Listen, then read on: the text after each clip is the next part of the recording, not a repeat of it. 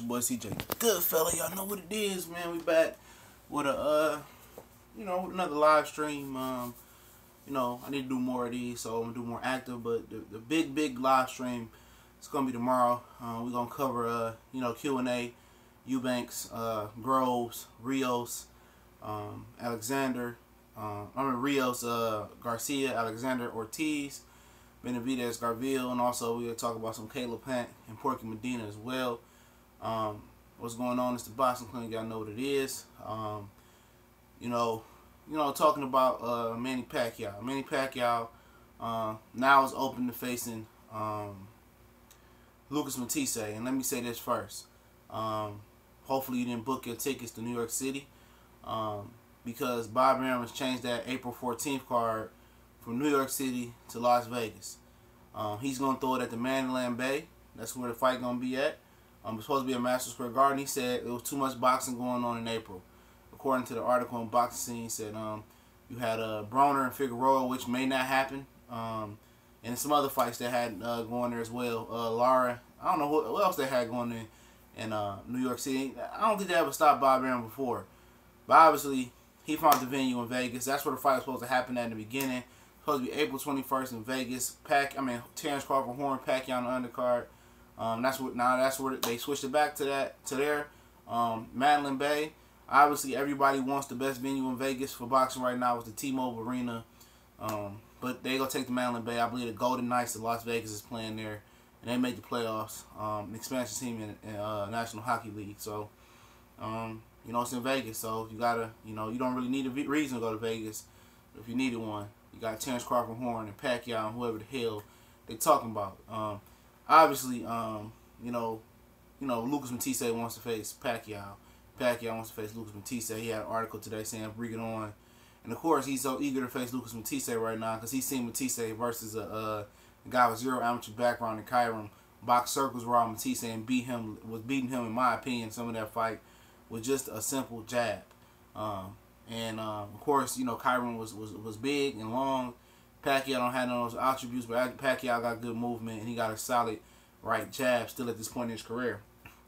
And it'll be interesting to see if Bob Arum makes that fight with Golden Boy, with Lucas Matthysse. And I think that's a fight that can happen in my opinion. That's makeable because Top Rank has a guy in Pacquiao who's the absolute A side in this situation. It's no telling, it don't matter. He's the A side, and Matthysse, he ain't even the B side in the situation. He's a C side type of fighter, and Bob Arum showed the ability to make his A side versus his B and C side fighters. That's clearly the B and C side of the situation. He showed an ability to make that fight with a lot of different promoters. Don't matter if they upper echelon or bottom of the trash can promoters. So I think that's real possible, and especially after Carl Moretti, matchmaker over Top Rank, said about a month or two ago when it broke that they was gonna match Pacquiao with Mike Alvarado, who obviously got the dog walking shit beat out of him by Marquez, and then he went he went missing. He was in bar fights in Denver. They built him back up. He had 4 straight wins, I believe, versus who gives a hell. But after Carl Moretti said, nah, we ain't doing that. Absolutely it won't be Pacquiao versus Mike Alvarado. And it seemed that it was coming to that. The rumors popped back up again. There's going to be Pacquiao Alvarado. Then Matthysse won the regular WBA title. I don't know if Pacquiao's going to elect to fight for the regular WBA title. That's really not a title belt. It's more like a mandatory WBC diamond type of title belt, or like something like that, intercontinental belt. But it makes Arum job a little bit more easier in promoting this fight, which is he can spin this as a 2 world title fight card. And I think Matthysse does bring some when he brings that WBA regular belt, which is Thurman is the Super WBA champion. If you don't know the difference, Super WBA champion is the real WBA champion. The regular WBA champion obviously is the mandatory to the Super WBA champion. But I'll take Lucas Matthysse over Manny Pacquiao at this point. Matthysse looked horrible in his last fight out, man. If I was them, I would get this fight at a catch weight for Pacquiao, to see how he does. I know he did okay versus Jerry, 144 back in the day. I think this fight should take place at the catch weight of 144, 145. I know Joel Diaz wanted, Matthysse to squeeze back down to 140 pounds. He didn't want him to even compete at 147. But when he's at 147, I think it'll be in Matthysse's favor for this catchweight, and especially with Pacquiao favor for the catchweight. I say that because Pacquiao's preparing to face Lomachenko at 140. So you want to gradually get your body down. He's older. We know Pacquiao could probably make 140 in his sleep still, but he's older. So you want to gradually make that way. I say 140, 145. I'm really not a promoter of catchweights, but in this situation, Pacquiao trying to fight Lomachenko. But Matthysse looked horrible in the midsection last fight, man. Like he just ate a whole bunch of shit and just came in the ring and said, okay, I made 147. I'm here. I'm ready. And, you know, his punches didn't look as powerful. You know, he didn't look as crisp. It didn't look like he had the pop. He was following Kyron around the ring. You said Matthysse 3 or 4 years ago, he would destroy Kyron, even at 147. But, you know, Mike Alvarado, I mean, he ain't did nothing. He don't bring a title to the table. Matthysse, he brings power. So at the end of the day, he still got that right hand that could put a mule to sleep. So he'd be dangerous for all 12 rounds. So I mean, it's better than what you can expect from Top Rank. You was gonna expect Mike Alvarado. So so Matthysse, that's a good fight in my opinion for Pacquiao. That's the best fight that probably could be made and willing to be made by Manny Pacquiao. Now if Matthysse would have went out there and folded, you know, would have folded Kyron up like a bad futon, then we'd be hearing a totally different situation about that fight. But I guess it's better than nothing. Now I told you guys we was just coming in. They switched the venue to the Mandalay Bay in Las Vegas. So, you know, it is what it is. So I guess it's a fight. Like I said, I don't think it should be a catchweight. They should kind of move down gradually, and then you know, be ready for Lomachenko. And you know, Crawford and Horn. I mean, I talked about it earlier, so I won't harp on that. Obviously, it's gonna be the main event. I mean, what if it was that situation where they try to put Pacquiao and Matthysse as the main event? I'm just saying hypothetically. You know, what should Terrence Crawford do? You know, if you Terrence Crawford, would you walk away from the situation and say, I'm not fighting on Pacquiao's undercard? I mean, my fight is better than Pacquiao. I wonder, did it come to that, man? I don't know what y'all think. Y'all think it came to the fact that, because they're going to put Pacquiao in the headliner, man. Because Pacquiao said, I don't fight nobody's effing that. You know, I ain't say it like that. So I ain't fighting nobody undercard. I'm Pacquiao. I'm a legend. You know, I ain't doing that.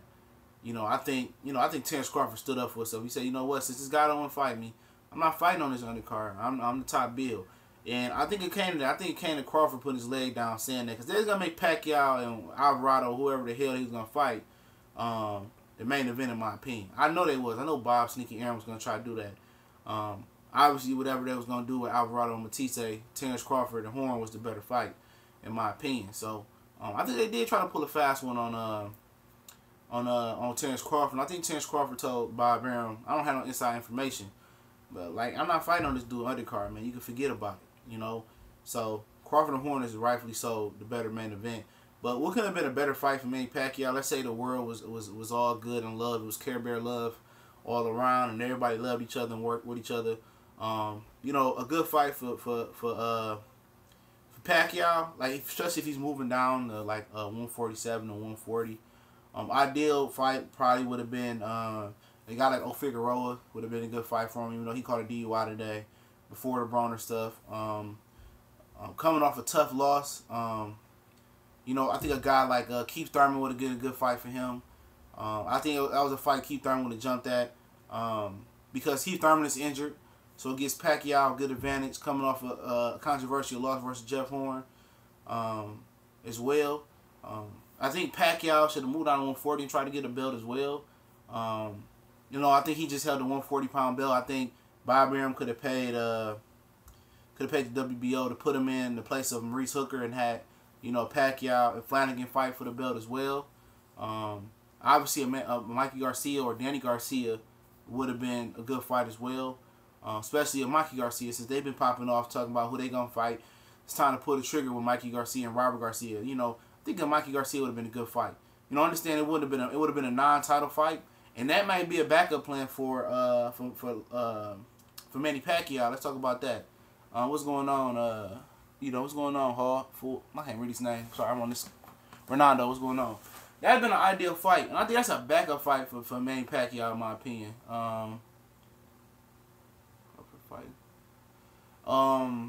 Let me see. Crawford and Ali. I'll talk about Crawford and Ali 1 minute. Give me a minute. I think there's circles around the world. I'll join your page as well. Subscribe.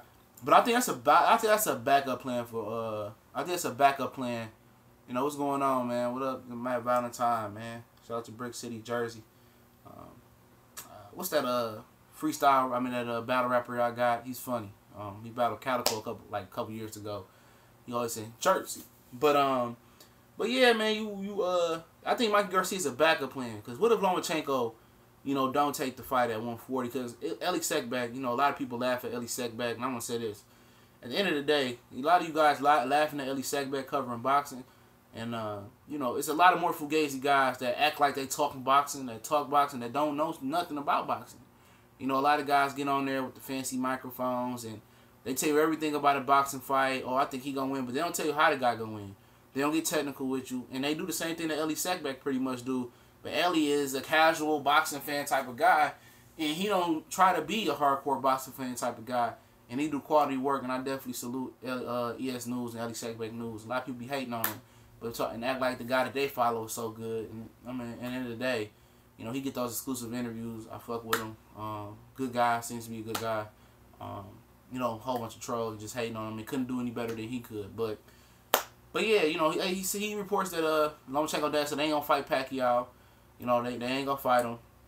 They want to try 135 first. So if 35 don't go right for Lomachenko, he can be like, you know what, fuck that, man. I don't want to do that. You know, I'm going to stay at 135. I'm not confident about jumping up 2 weight classes, which is understandable. I'm not going to get mad at him. So, I think, you know, Aaron would turn to another champion at 140.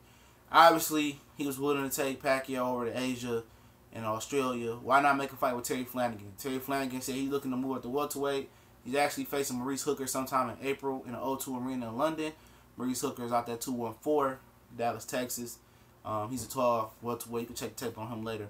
But if Flanagan wins, Pacquiao and Flanagan will be a good fight. But I think Mikey Garcia and Pacquiao will be the ideal fight. I understand that Aaron and Mikey Garcia and Al Heyman had they you know, problems, you know, before. But if Mikey gets the title from Lipinets March 10th, okay, you know, Mikey's been talking about facing, you know, Pacquiao, and he been going back and forth. Robert been going back and forth with Freddie.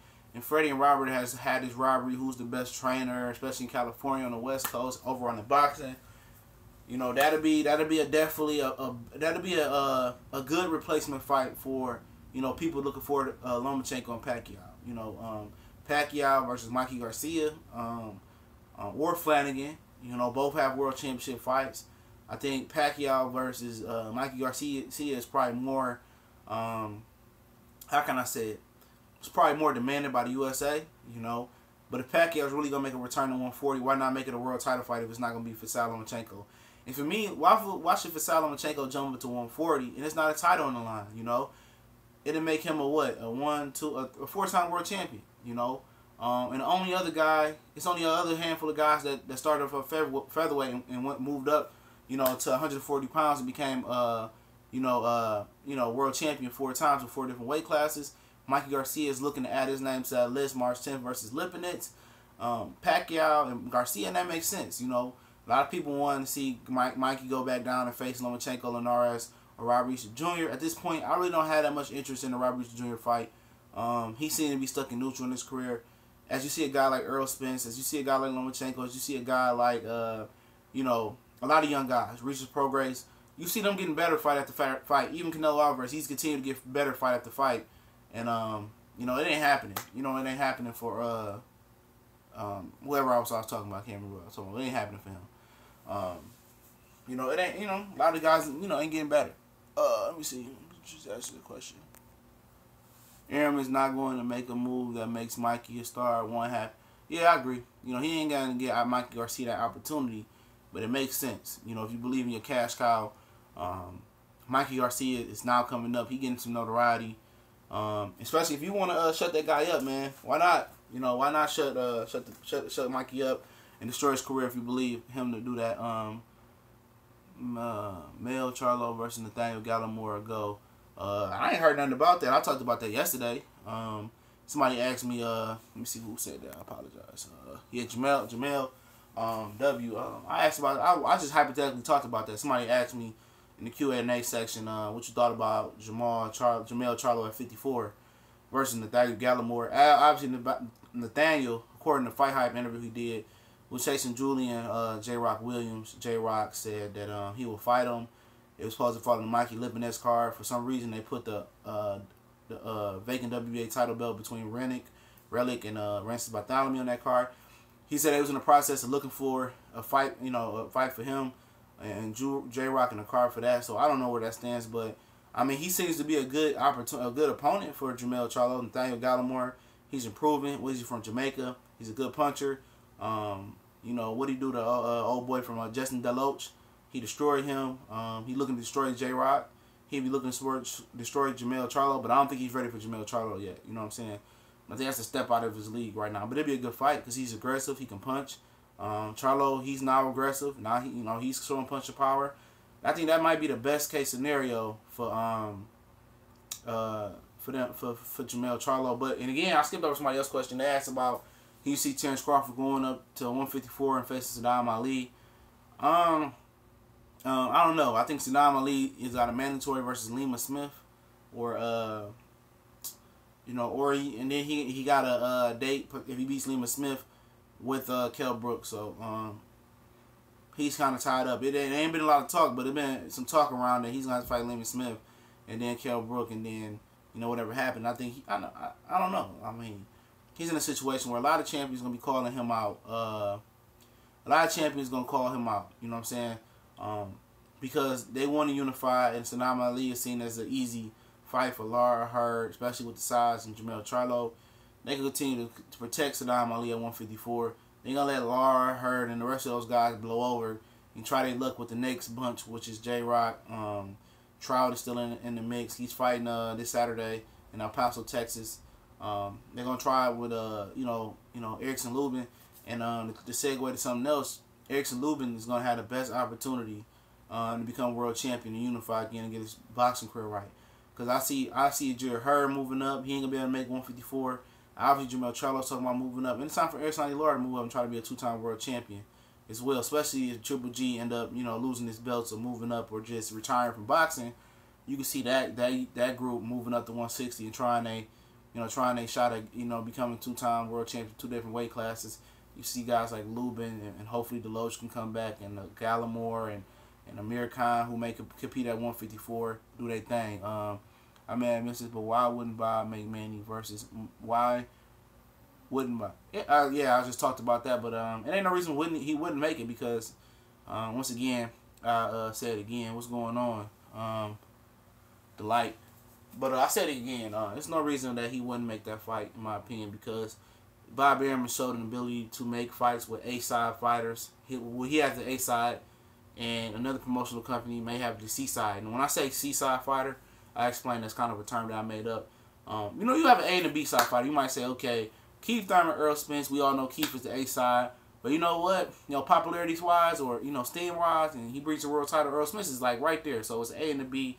You got A and A. They both guys on the same level, demand top dollar. B, may depend, might get a little dollar amount lower. So you say like Keith would get $1 million and Earl might get like, or 1.5 and Earl might get $1 million. So that's an A and the B side situation. The B takes it back. So when you say C side, you say like Terrence Crawford got $1 million, $1.5 million versus Felix Diaz, and Felix Diaz only brought home $250,000. You see the differential? That's a big dip. So that's when I say the C side. But he don't have no problem making C side A and C side fighters. Matthysse not gonna command a lot of money. Also, Matthysse brings a regular WBA championship. It makes sense, especially after I said Carl Moretti said they wasn't gonna do Mike Alvarado. He said they wasn't interested in doing Mike Alvarado versus Pacquiao. And then a couple weeks later, those rumors came back again. They was gonna do it. And then Matthysse won the title. He didn't look good winning the title. Of course, Pacquiao want to fight him. Of course, Bob know Pacquiao can beat him. Matthysse didn't have nothing left, and I said I think that fight should happen at 145, 144 catchweight. Prepare as many Pacquiao to go to 140 as well. And I also said that Pacquiao, I think Pacquiao might have to wait for the Lomachenko fight. Why would Lomachenko move to fight Pacquiao again? And it's not for a belt, so I think Pacquiao should fight somebody with a belt. Why everybody hates the Charlo so much? I actually did a video on that. You know, that's a good question. I did a video on that a few months ago. Did pretty well. A lot of people say, oh, they loud, they're emotional and stuff like that. But people don't look at the fact what's going on. A lot of people just don't know with boxing. And Jamal Charlo was really made them kind of, you know, hated in the public's eye view. And people act like they trying to be the hated like Floyd, but that's not true. What happened was Julian J-Rock was talking a lot of junk, you know, saying because Jamal Charlo was putting the fight off with J-Rock. He's putting the fight off. He's putting the fight off. It comes out that he had a medical exception with the IBF. What that means, he had a medical issue and the IBF gave him an extension on making the fight. Okay, he got the exception. He said he was legally blind. He got LASIK surgery. Said he really couldn't see and they fixed his eyes. So he makes the fight. So what happens, you know, J-Rock is talking cash shit. And when I say cash shit, he talking cash. He's talking like he's scared. And, you know, shout out to Stephen Bredman. That's my homie, trainer at J-Rock. They talking cash. You know, he just talking. And if you notice, when people talk about the Charlos, they don't say nothing, you know, until they whoop you. And we know what happened. Jamal whooped him, and all the emotions came out. Once you hold some stuff in for so long, everybody knows it from experience. It just comes all the way out. So he came out, and everybody said, "Oh, you disrespecting him." He wasn't disrespecting him first. You know, J-Rock was talking mad stuff, you know, like the stuff, and then they turn around and say, you know, his team say, "Well, the layoff was hurting us. You know, we had to wait for a long time for a shot." And the word around the street was, and I thought it was, Jamal Charlo was gonna duck that fight and move up. Because a lot of people had a lot of faith in Julian J-Rock Williams. He took the tough route. He fought the tough contenders, the tough fighters. He fought Hugo Centennial Jr. And Hugo quit versus J-Rock. You know, act like he got hurt and hit behind the head or something. He quit in that fight. He fought another undefeated guy on the PBC undercard way back when. He dominated him. So people thought he was going to dominate Jamal Charlo. Because Jamal Charlo, he wasn't facing the biggest opposition. Jamil faced all the tough guys, Gabriel Rosado, Charles Miyake, fought Demetrius Hopkins. He was fighting the tough guys, you know, and Jamal wasn't fighting the tough guys. But Jamal, you know, knocked J-Rock out, and all that stuff came out. And even after the fight, they were saying, oh, he was on PEDs. That's why it took so long to fight. And they started trying to spin it that way. And I was like, that's weak. That's weak. That's weak. You know, don't do that. You know, you got beat. Take a whooping like a man. So was Ishaq Smith on PEDs? Absolutely not. So I hate when people try to spin it the way they is. And they the B side and they got whooped. And in the case of what's the guy, Charles Halley, we all know Charles Halley was talking tough. They was clashing in the thing, but Erickson Lubin was talking tough. And Showtime was pushing Erickson Lubin. They was giving him the My Life type of segment, following Erickson Lubin. They was trying to crown Erickson Lubin and disrespect Jamal Charlo. And Erickson Lubin was talking. He even showed up at the Luis Ortiz, Deontay Wilder original press conference and was talking junk about Charlo. You didn't hear Charlo say nothing bad about the kid. He said he a beast like I'm a beast. I'm going to handle my business. He knocked him out. And then he talked junk. So that's the way they roll. You know what I'm saying? So shit, people don't understand that. They always just trying to find a way to not like a fighter. They're going to do Alvarado, but they should, you know, be facing a 40-pounder like Postal. Yeah, Postal apparently just hurt himself. Victor Postal, he hurt himself. I knew that fight wasn't going to happen. When I was, you know, people thought, you know, Postal got away from Top Rank. No, he did not. And I knew that fight wasn't going to happen. He's going to fake an injury or something. Postal wasn't ready. Because they're black, they're loudmouth, white kids, they will be stars. Yeah, possibly so, could be. But, you know what it is. You see how Conor McGregor talk all that junk, do the same thing for it. Floyd don't get all that love. But I ain't going to go there. Charlo, Spence, Tank, they hate the real dogs about, yeah, you know, and praise the hype. Yeah, that's true. You know, people talk about Tank Davis and say, yeah, you can go to questions and answers right now, Q&A. We can rock out with Q&As. But yeah, people talk about Tank. Oh, what about Lomachenko? What about Lomachenko? What about Lomachenko? What about Lomachenko? I'm like, okay, where was Lomachenko at 23? What's going on, Angel Santos? Where was Lomachenko at 23 years old? You know what I'm saying? Obviously, where was Lomachenko at? You know, he was still in the amateurs doing something else. If Tank ain't ready, he ain't ready. You know, the same people that try to blast Gervonta Tank Davis and his handlers for not being ready to face Lomachenko are the same people that gave Leo Santa Cruz a pass, and Carl Frampton and Scott Quigg and the rest of those Abner Mares, the rest of those punks a pass for ducking Rigondeaux. Not only did they duck Rigondeaux, they moved up out of weight classes not to face Rigondeaux.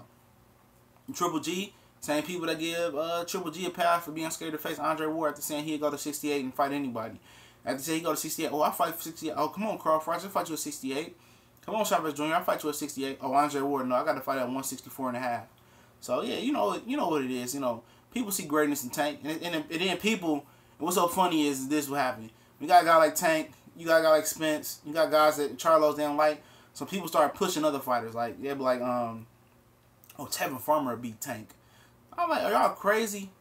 You know what? Tank will get assault, battery, beating Tevin Farmer. So people want to bag Tevin Farmer now. But when Tank, you know, put them pads on Tevin Farmer's head and knock him out, it'll be another barometer, another hurdle to cover. You feel the state of PBC? Will fighters fight more? Nah. Fighters won't fight more. It ain't the. Excuse me. Yeah, it's been the state of PBC. I don't think fighters gonna fight more. I think it's a new model to fight less. I think a lot of guys want to fight 2 times. I heard Keith Thurman talk about it. I want to fight 3 times. I really do for the fans, but I'm going to fight twice this year. A lot of guys don't want to fight more. I mean, even Terrence Crawford's fighting twice. Golovkin has been reduced to fighting twice in a year, fucking with Canelo Alvarez. So, I mean, what can you say, man? A lot of these guys, they want to fight more, but a lot of the stuff, like my boy said, you know, my boy Eldon, you know, he says that, you know, fighters used to, you know, fight often to hone their skills, and now fighters spar often to hone their skills and fight less. So sparring is the new way to stay active now, which is crazy.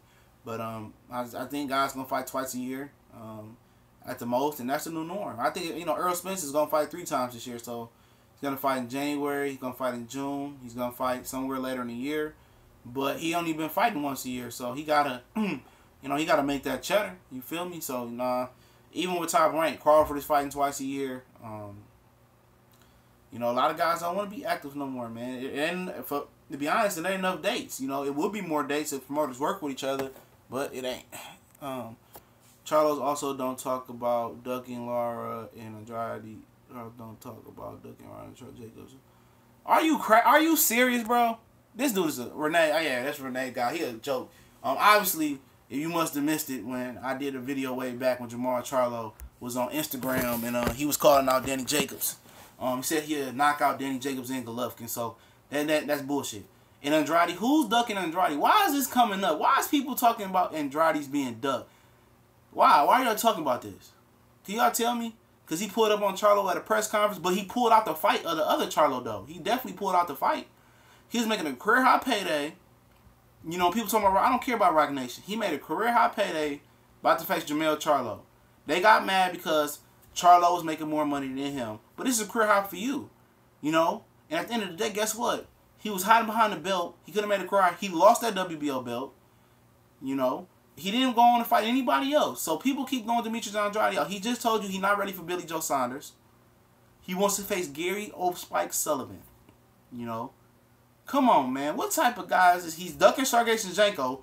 They wanted to make that fight happen for the Danny Jacobs card in Danny Jacobs and whoever the Polish guy he fighting. So at the end of the day, where's y'all getting this point that the Charlo's ducking anybody? And obviously the Jamal Charlo, the one at middleweight, he don't want Jamel and Erislandy Lara to fight until he says he's ready to fight. But the other Jamel Charlo said, I'll fight Erislandy Lara. It ain't no problem. So who is these guys ducking? These people making shit up now, you know. Danny Jacobs. Who is Danny Jacobs fighting? Keep it real. He's fighting who? Danny Jacobs could be fighting Jamal Charlo right now for the IBF interim title belt, the WC interim title belt. He could be fighting him right now. Eddie Hearn said they not interested in making the fight. I can put an article up for you 20,000 different ways. You know, Eddie Hearn and HBO does not want Jamal Charlo to face Danny Jacobs. And y'all guys be trying to go, oh yeah, what about Danny? What about Triple G? Is he gonna get Danny Jacobs a rematch? You know, is he gonna fight Demetrius Andrade? Is he gonna fight Jamal Charlo?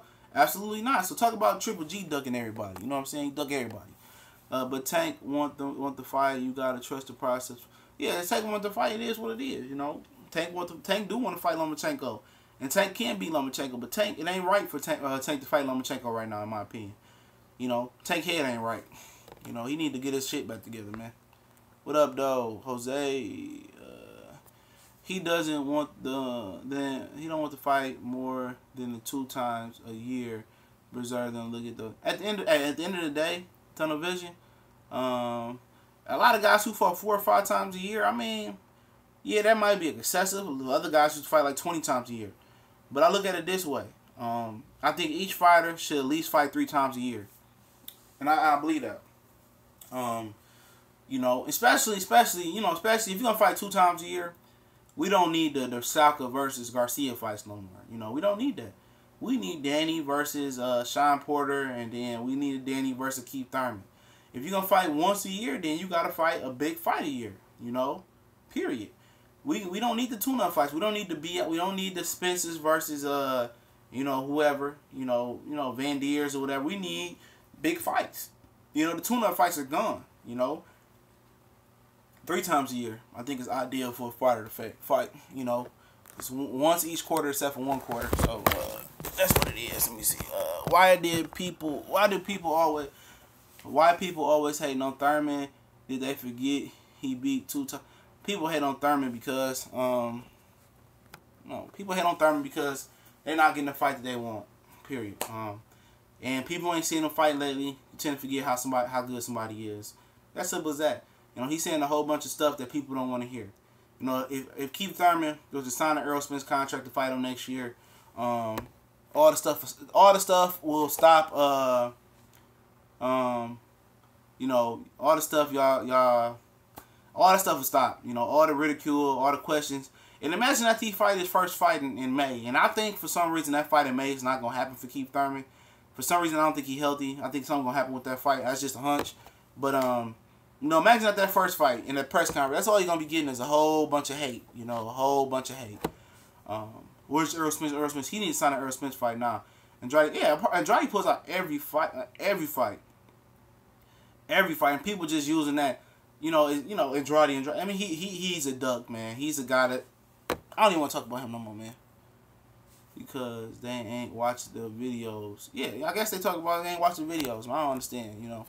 Andre also refuses chances to fight at 160 belt 10 months. Yeah. I talked about that in television. Andrade said that he was supposed to move up to face Matt Corby. The WBO got a rule where if you're a champion at a lower weight class, you can move up, become a mandatory. Obviously, Peter Quillen he dropped his belt at the time.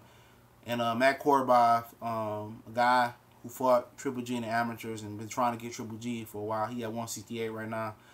He needed an opponent. WBO reached out to Demetrius and said, do you want to fight? You know, he considered it. He said the money wasn't good enough. And Andy Lee ended up getting that belt. And we know how Billy Joe Saunders got the belt from Andy Lee. That's what happened. You know, Andrade pulled out of 2 fights that would have arguably been the biggest fights. That dude is out of the convo. Forget about him. Exactly. He's a ducker, man. Boo Boo will lose if he fights 3 times a year. You know, he ducking Sergey Zinchenko right now. A guy with 12 fights. Like, come on. Jacob's mad about signing with Matchroom. They got him fighting nobodies. Domestic bums. William, man. I'm going to tell you what they doing. I'm going to tell you what Matchroom doing with, it ain't even domestic. It's domestic UK bums. That's probably what he meant to put. Matchroom is what Eddie Hearn is doing with Danny Jacobs is you know, matching him softly and waiting for a Triple G rematch or Canelo fight. He feels that he's with HBO. He's a commodity with HBO now. He's filling the void that Al Heyman and Bob Arum left when they left HBO. He feels that he's gonna be able to get Danny Jacobs a shot versus Triple G and Canelo on the network and force it. I don't think that's gonna happen. I don't think Oscar's gonna put him in with Danny Jacobs. And I don't think, you know, Triple G has already expressed, his trainers expressed they don't want to do that. So, Matchroom is just buying time with Danny Jacobs till you get a big fight on HBO versus one of the middleweights he signed. Obviously, Andrade said he don't want to fight him because Andre Rozier used to be his trainer, or they close or something. And him and Danny Jacobs is close friends. So, I mean, all the middleweights you signed don't want to fight Danny Jacobs. So, you know, Danny Jacobs signed like a 5 or 6 fight deal according to Andre Rozier's trainer. So, this would be, you know, he'd have 4 more fights after this or 3 more fights after this. So, I don't know. He could be going to PBC real soon. Ortiz beating Ortiz is no miracle. Juan, I actually believe Ortiz will beat Alexander. Juan.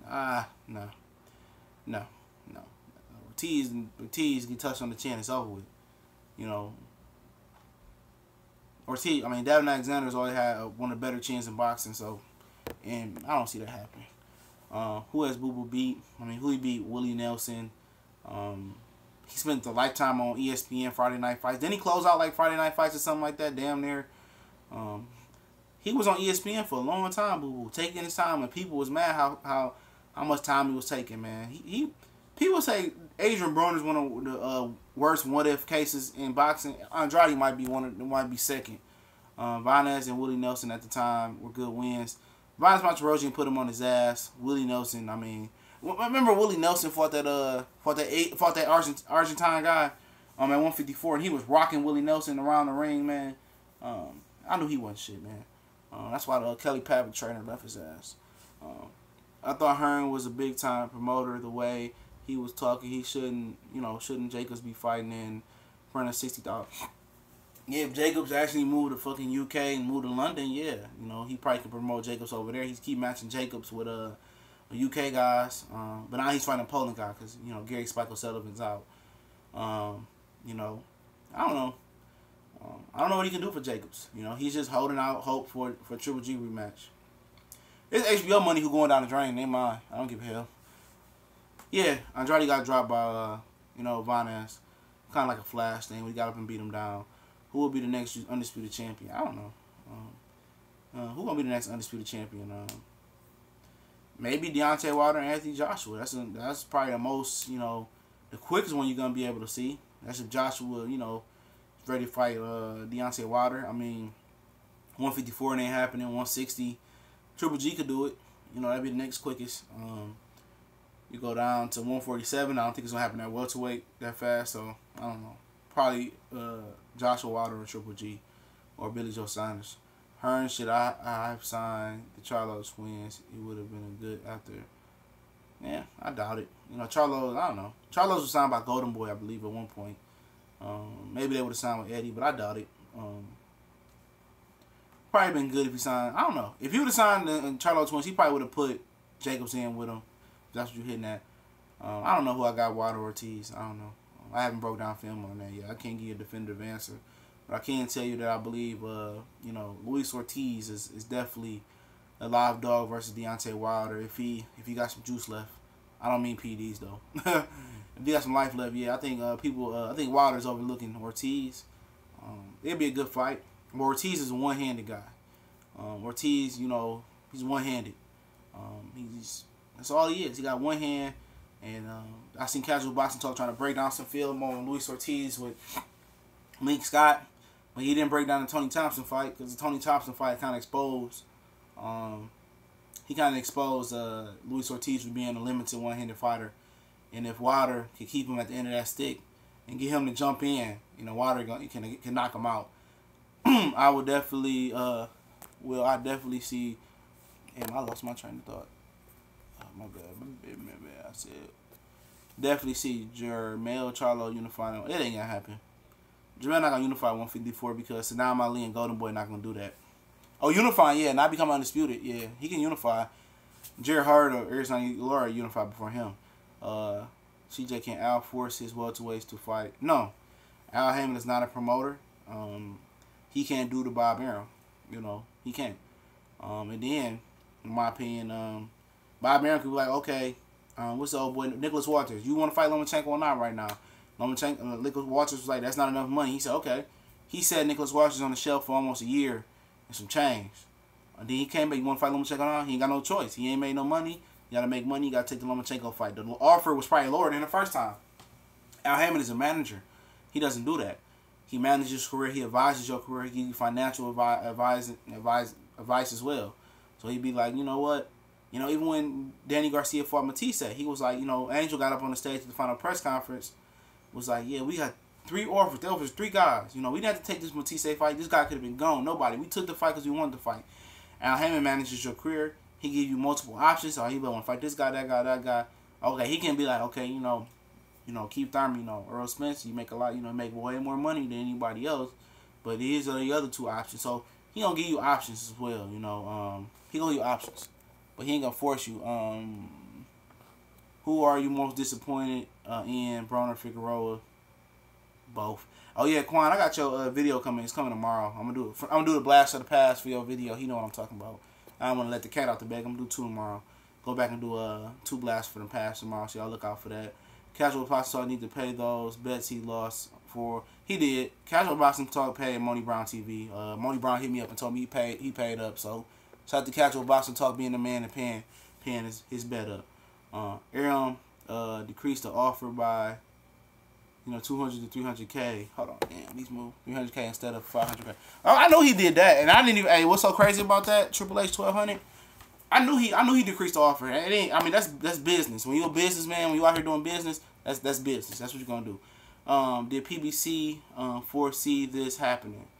Foresee what happening? Will Keith Thurman and Earl Spence, if that's what you're talking about, Matt? Probably so. Probably so. I mean, they know that damn, my little stand ain't holding up. They know that hold on. They know that they probably already knew. I mean, Al has conversations with a lot of those guys. I heard James and Gill said he can call Al Hammond for any reason. I'm pretty sure he talks to Keith Thurman on a regular. So yeah, they probably already seen that coming. They probably already knew the situation with the injury. What's going to have to happen for Undisputed 54? Eddie's going to have to get Kell Brook versus Diamond. That too, but I don't think. I mean, that could happen, but let's say it did happen. Brook beats this guy he fighting next, and Ali beat Lima Smith. Then Ali and Brook fight. Brook wins, but you know what's gonna happen after that, right? After Brook, if Brook beats Saddam Ali, which is not a given, Amir Khan and Kell Brook is gonna fight. That's what's gonna happen. And then I believe if Kell Brook is supposed to be retiring at the end of this year or very soon, so that belt will be vacant. So yeah, right, that's be the only way that had to happen. So he's gonna retire real soon.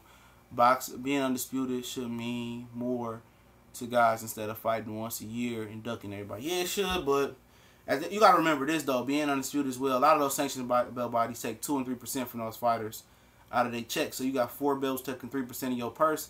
That's 12% of your purse missing. So a lot of guys don't want to miss that money. That money means more than legacy to a lot of these guys as well.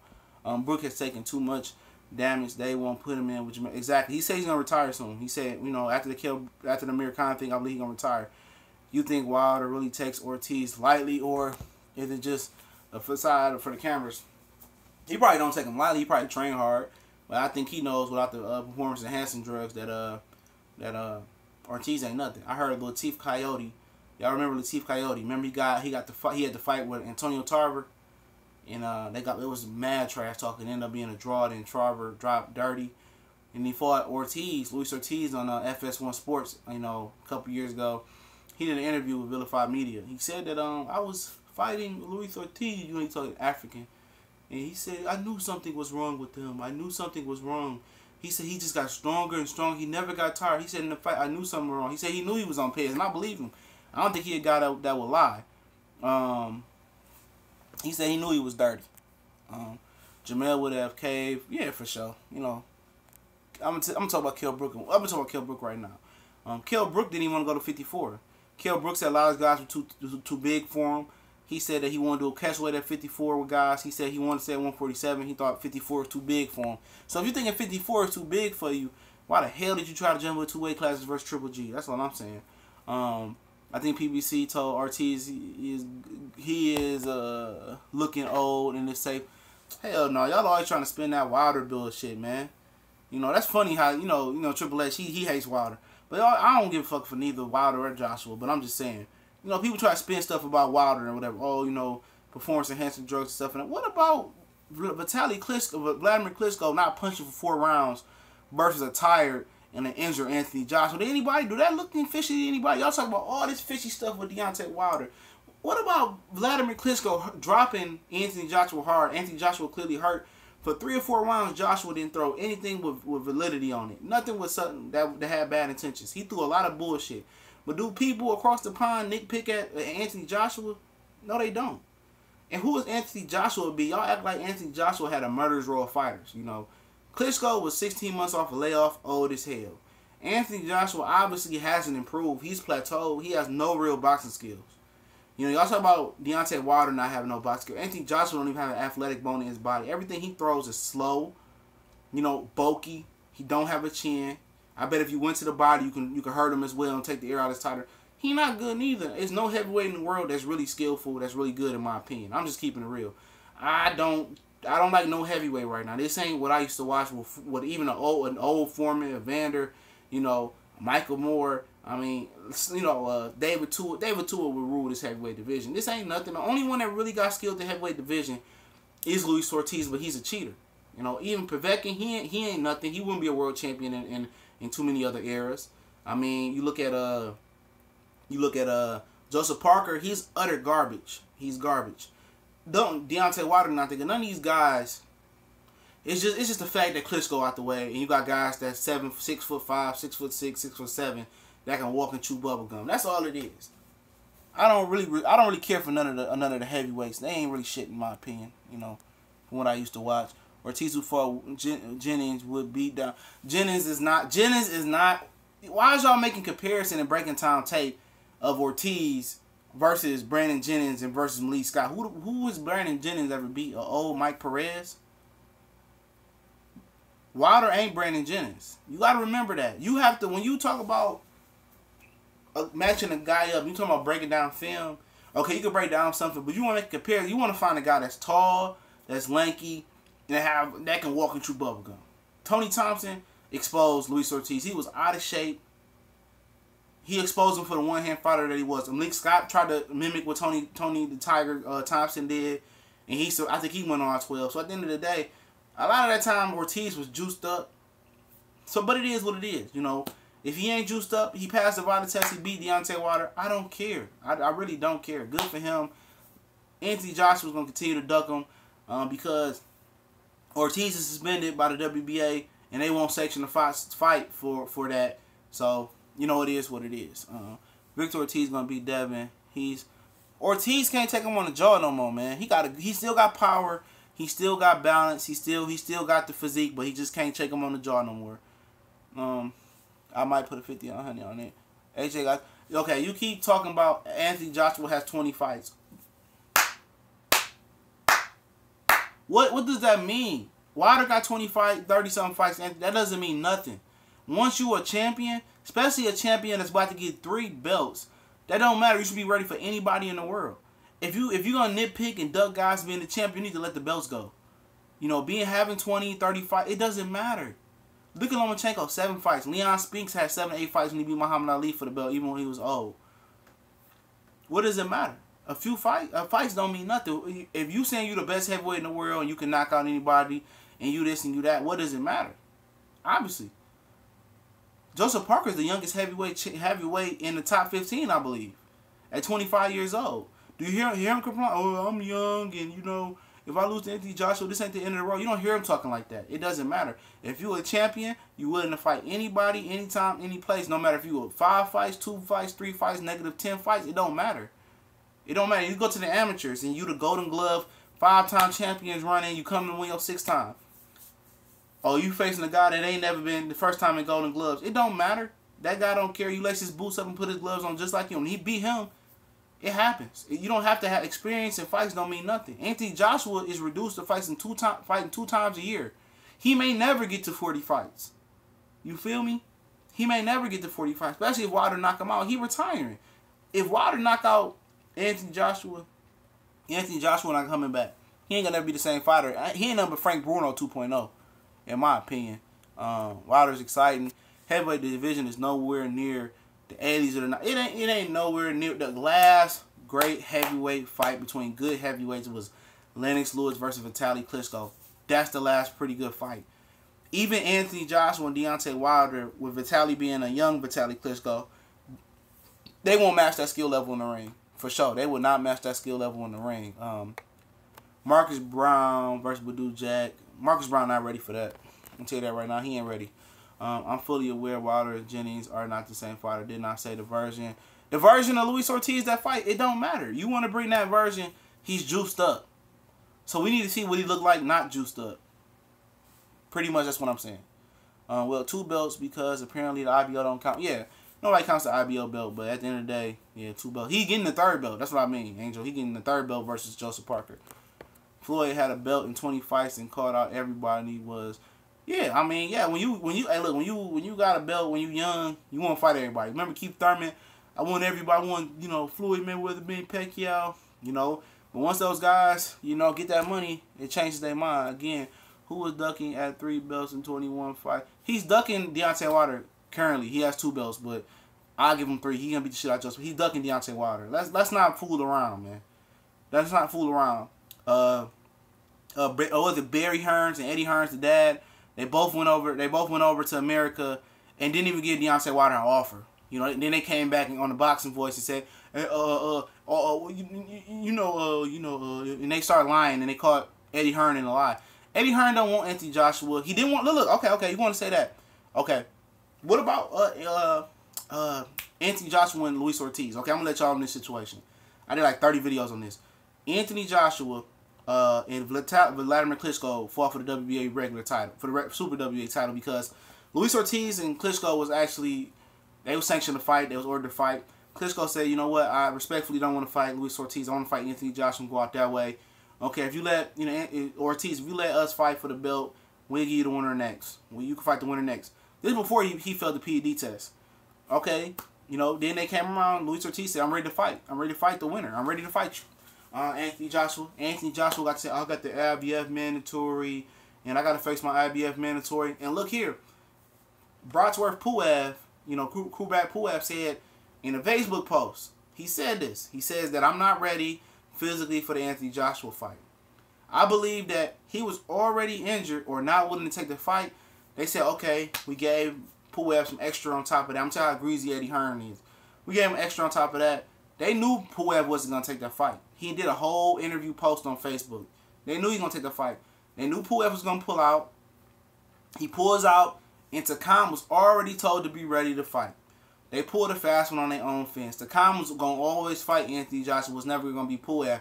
They used Puev for the ticket sales and not to face Anthony Joshua, not to face Luis Ortiz, and then Ortiz, eventually before that got popped for Juice. So don't tell me that Anthony Joshua is not ducking. He ducked Luis Ortiz. Didn't hold his promise on Luis Ortiz. He ducking Deontay Wilder. He's ducking fighting in America. And people say, why should he fight in America? Obviously, you selling $20 pay-per-views in a smaller country that's way smaller than America. If you can be cracked the market in America, you can sell $60 pay-per-views, your $100, $200 tickets, nosebleed sections go up to $300, $400, $500. The money is better in America. It is, and it's better, And if you don't become a star, okay, go back to the UK. But you can be the European champion, the British champion, whatever the hell you want to be, but you can't be a world champion just fighting in the UK. Let's keep it real. The market is too small. Ain't no real money over there, man. He making $20 million, but he can make $80, $100 million in America if he do it the right way. But he don't trust his promoter because his promoter, Eddie Hearn, ain't even the best promoter in the UK. Is Frank Warren. If you want to be champion, you fight the best challenger or other champs. If not, why fight for the belt? That's the story of boxing, in my opinion. What's going on? I'm pretty. Oh no, no. We not doing escorts. A duck is 33 fights, and I'm not fighting for undisputed like how you guys skip over that.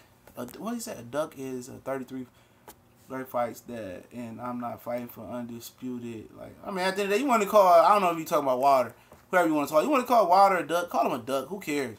But at the end of the day, you can't deny the fact that Anthony Joshua was a punk. He's weak-minded. He's a prissy bitch. I don't care. I said it.